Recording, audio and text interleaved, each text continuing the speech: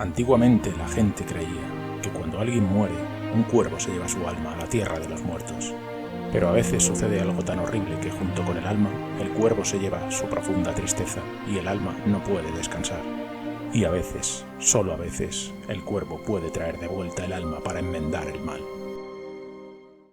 Hoy, en Mundo Fricazo, os traemos la desgarradora historia del hombre que volvió de entre los muertos para vengar a su amor. Os traemos El Cuervo, The Crow.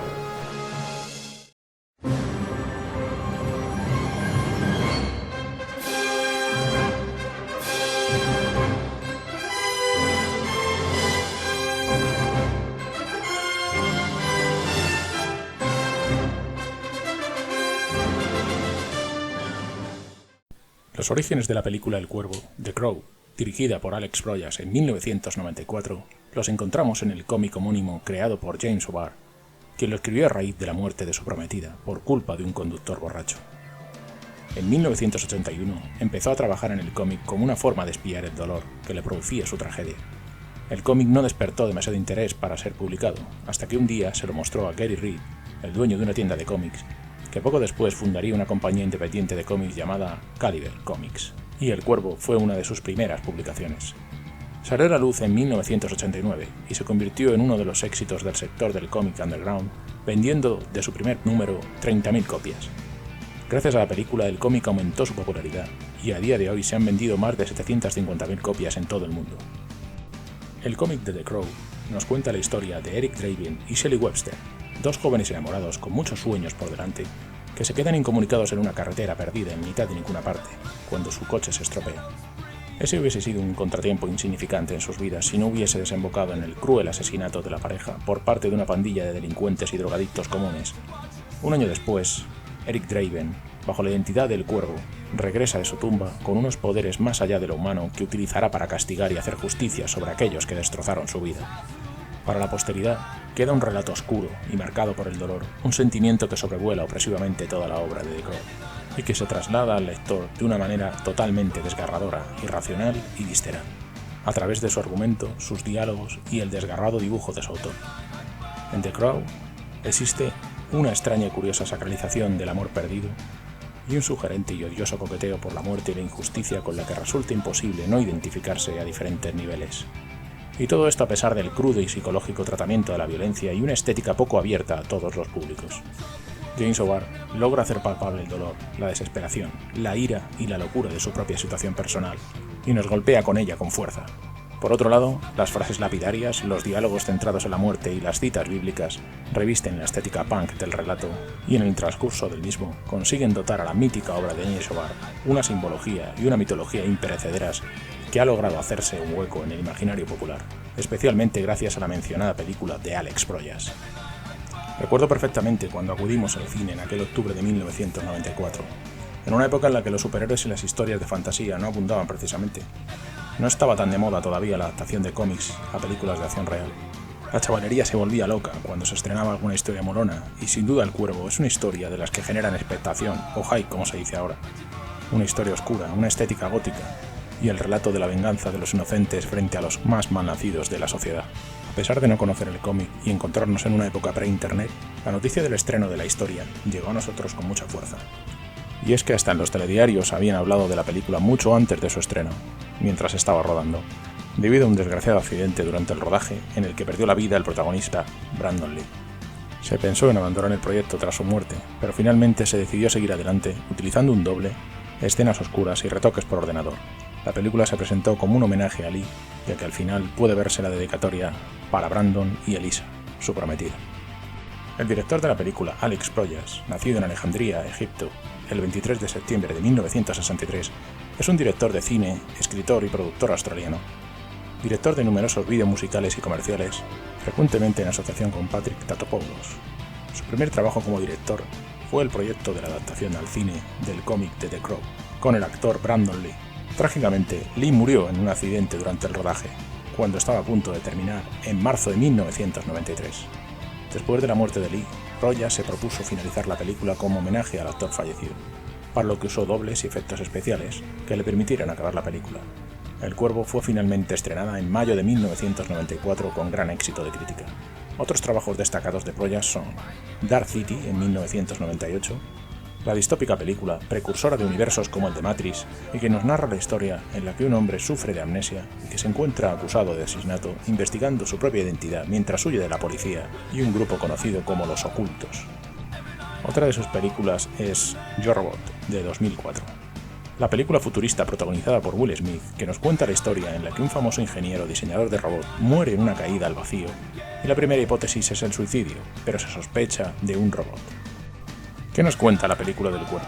Nos encontramos en el 30 de octubre, la llamada Noche del Diablo, la víspera de Halloween, en Detroit, Michigan. El músico de rock, Eric Draven, es brutalmente asesinado al ser arrojado por la ventana de su apartamento, y su novia Shelley Webster, que tras ser violada por varios hombres, es llevada al hospital donde unas horas después muere también. El doble crimen fue perpetrado por la banda liderada por Top Dollar, que asola toda la ciudad.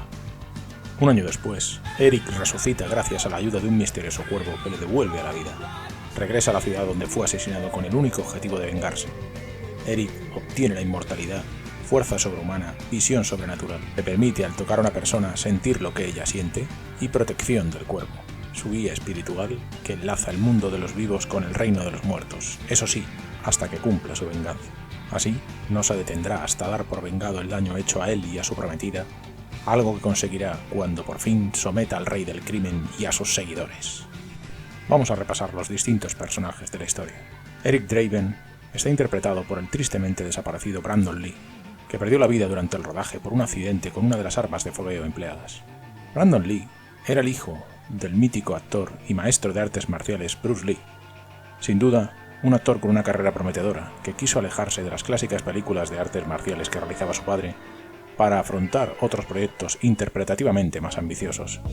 Esto lo llevó a varios trabajos en cine y televisión y a protagonizar la película Rapid Fire en 1992, lo que le supuso su primer éxito en Hollywood y una de las razones por las que fue elegido para interpretar a Eric Draven en El Cuervo. Sin duda, la interpretación de Brandon Lee en El Cuervo es espectacular.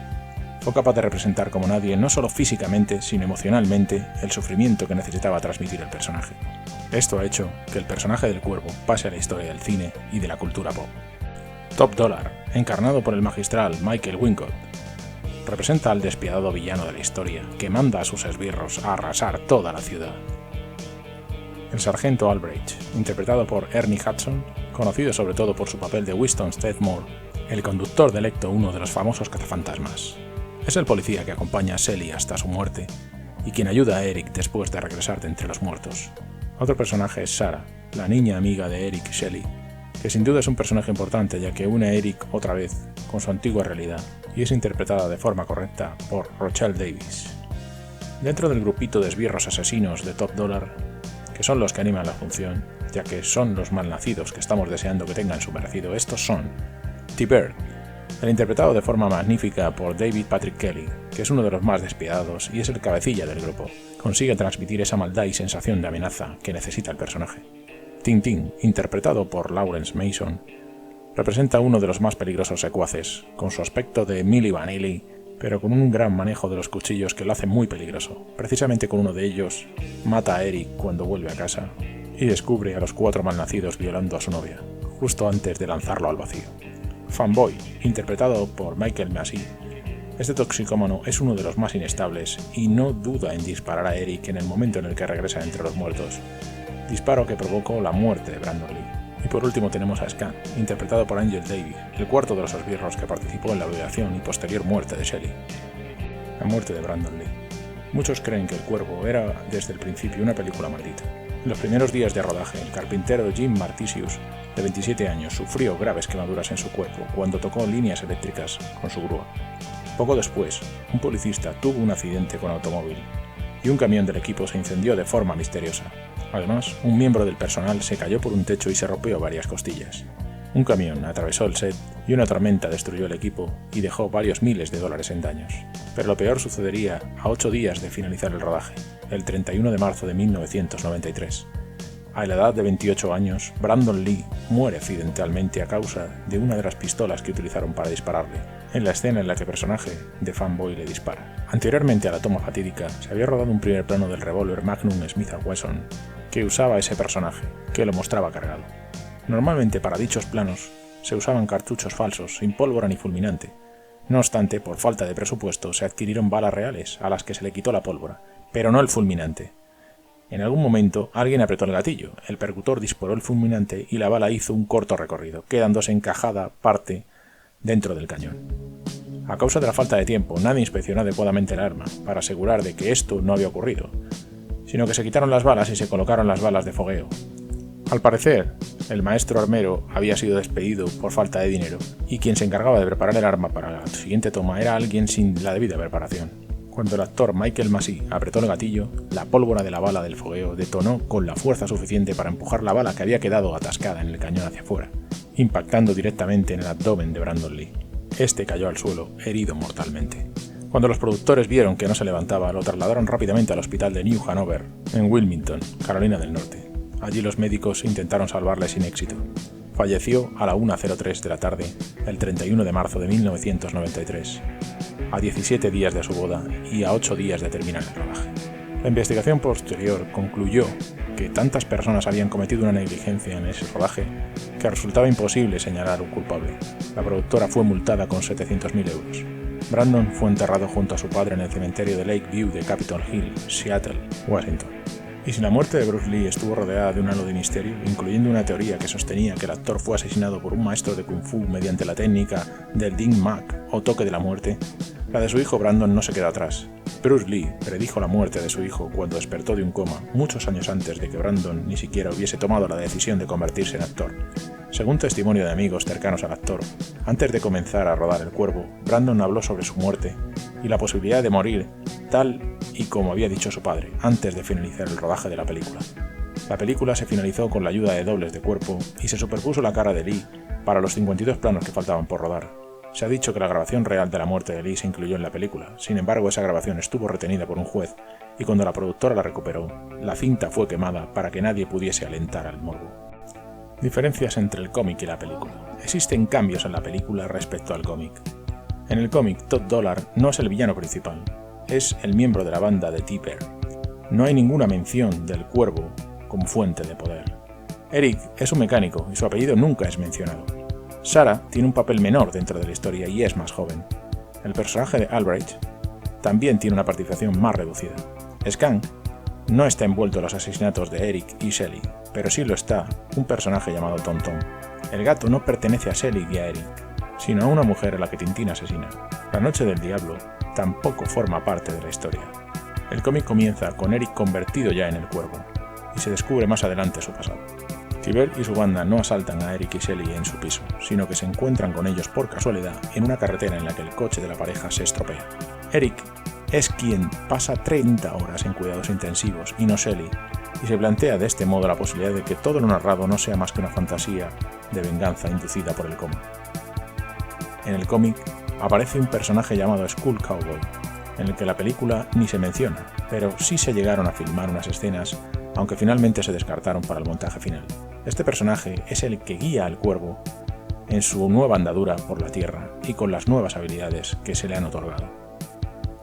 El score y la banda sonora del Cuervo. Si hay algo más en lo que destaca el Cuervo es en su score y banda sonora. El score del Cuervo corre a cargo del compositor neozelandés Graeme Revell, conocido por componer música electrónica y basada en ordenador, aunque también hace uso de instrumentos clásicos. Entre sus múltiples composiciones, además de la música del Cuervo, algunas de sus bandas sonoras más reconocidas es la de Calma Total de 1989, La mano que mece la cuna de 1992, Días extraños de 1995, Abierto hasta el amanecer de 1996 o Sin City de 2005. La composición creada para el Cuervo es sin duda una auténtica obra de arte, ya que consigue en todo momento transmitir la melancolía y la emoción que la historia merece, destacando la melodía del tema principal, Rain Forever, que la convierte en una de las composiciones más bellas de la historia del cine.